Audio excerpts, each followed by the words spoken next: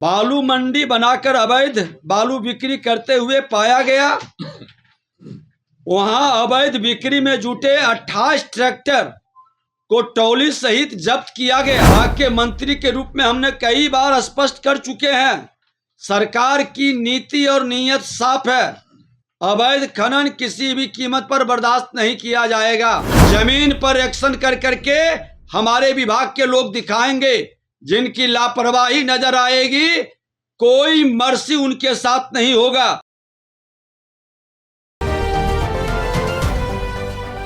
जो हम लोग निर्णय लिए थे अवैध खनन को जड़ से मिटाने का और जन भागीदारी को बढ़ाने का, कल ही हमने पटना के जिलाधिकारी, पटना के एसएसपी, हमारे विभाग के पदाधिकारी, डायरेक्टर सभी के साथ हम बैठे थे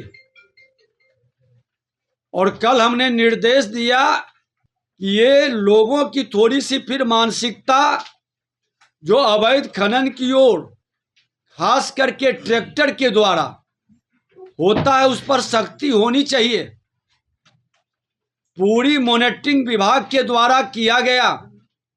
हमारे सेक्रेटरी और डायरेक्टर भी कल पूरी तरह से सजगता के साथ डीएम और पटना एसपी दोनों के नेतृत्व में संयुक्त बैठक कर छानबीन कर त्वरित कार्रवाई का निर्देश दिया। उसका असर रात लगभग 1:30 बजे जिला प्रशासन और विभाग के अधिकारियों के संयुक्त टीम ने सघन छापेमारी की। इस क्रम में पाटलिपुत्र रेल परिसर के पास बालू मंडी बनाकर अवैध बालू बिक्री करते हुए पाया गया। वहां अवैध बिक्री में जुटे 28 ट्रैक्टर को टॉली सहित जब्त किया गया। उक्त सभी वाहनों के मालिक के विरुद्ध दीघा थाने में एफआईआर भी किया गया है। एफआईआर की कॉपी भी उपलब्ध है। सभी 28 ट्रैक्टर पर बिहार खनिज नियमावली 2019 के तहत 56(1) के उल्लंघन के विधि सम्मत कार्रवाई की जाएगी। नियमावली के नियम 56(2) में अवैध खनन, परिवहन और बिक्री के लिए दंड और वसूली का भी प्रावधान है। इन नियमों के आधार पर जब्त किए गए ट्रैक्टर पर कुल 32 लाख रुपए का दंड अधिरोपित किया जाएगा। भोजपुर जिले के चांदी थाने में भी ऐसा ही एक सघन छापेमारी अभियान चलाया गया विभाग की ओर से, जिसमें अवैध बालू बिक्री में संलिप्त 9 ट्रैक्टर टॉली को सीज कर एफआईआर दर्ज किया गया।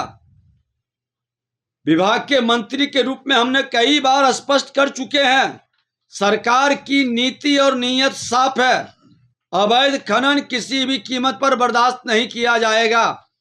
और जिस थाने क्षेत्र के अंदर ये गाड़ी पकड़ाई है, हमारे विभाग का जो इंस्पेक्टर है खनन विभाग का, उसका स्पष्टीकरण लेकर के उस पर हम कार्रवाई करेंगे। और पुलिस विभाग भी उस थाने से स्पष्टीकरण लेके 24 घंटा के अंदर कार्रवाई करे। पुलिस की गैर जिम्मेदारी और लापरवाही का खामियाजा खनन विभाग कभी नहीं स्वीकारेगा। जिस थाना क्षेत्र के अंदर बालू का ट्रैक्टर गुजरता है वहां सभी थाने में सीसीटीवी कैमरा लगा है। सारे सीसीटीवी कैमरा को निकालने का हमने डीएम और एसएसपी को या संबंधित जिला के एसपी डीएम को हमने निर्देश दिया है कि उस थाना से गुजर रहा वहां का थाना प्रभारी क्या कर रहा है। ये थाना प्रभारी की लापरवाही किसी भी कीमत पर स्वीकार नहीं होगी। बिहार के माननीय मुख्यमंत्री कानून का राज स्थापित करने का साफ निर्देश दिए हैं और हम कथनी करनी एक करते हैं, जमीन पर एक्शन कर करके हमारे विभाग के लोग दिखाएंगे, जिनकी लापरवाही नजर आएगी कोई मर्सी उनके साथ नहीं होगा। आज 15 अक्टूबर से फिर से बालू खनन की गतिविधि शुरू हुई है। आचार संहिता और पूरा चुनावी प्रशासन के कारण थोड़ी सी कहीं न कहीं इसमें निष्क्रियता या ढिलाई रही, लेकिन हमने फिर से कुछ असामाजिक तत्व इसका लाभ उठाकर जो खेल खेलना चाह रहे हैं वो कतई बर्दाश्त नहीं होगा। और सामाजिक और आपराधिक तत्वों से साफ तौर पर कहना चाहेंगे कि अवैध खनन, ओवरलोडिंग आप बंद करें, नहीं तो बड़ी कार्रवाई आप पर होगी। और मीडिया के लोकतंत्र के चौथे स्तंभ को भी संज्ञान में किसी भी हिस्से में अवैध खनन, परिवहन, बिक्री का मामला आता है तो मैं अपने बिहारी योद्धा जो कि ओवरलोडिंग अवैध खनन का गाड़ी पकड़वाता है 10,000 रुपये का इनाम देते हैं। हमारे YouTuber, social media, press media के लोग जिनके द्वारा इस तरह के सूचना देने पर वह पकड़ा जाएगा, हमारा ऑपरेशन सफल होगा, हम उनको भी पुरस्कृत करेंगे।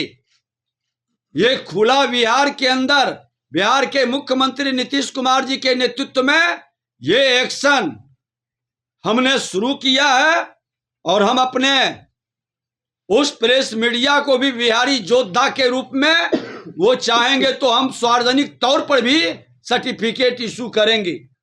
हमने उनकी गोपनीयता को भंग नहीं होने देते हैं ताकि ऐसे लोगों पर किसी तरह का सामाजिक तत्व का कुप्रभाव न पड़े।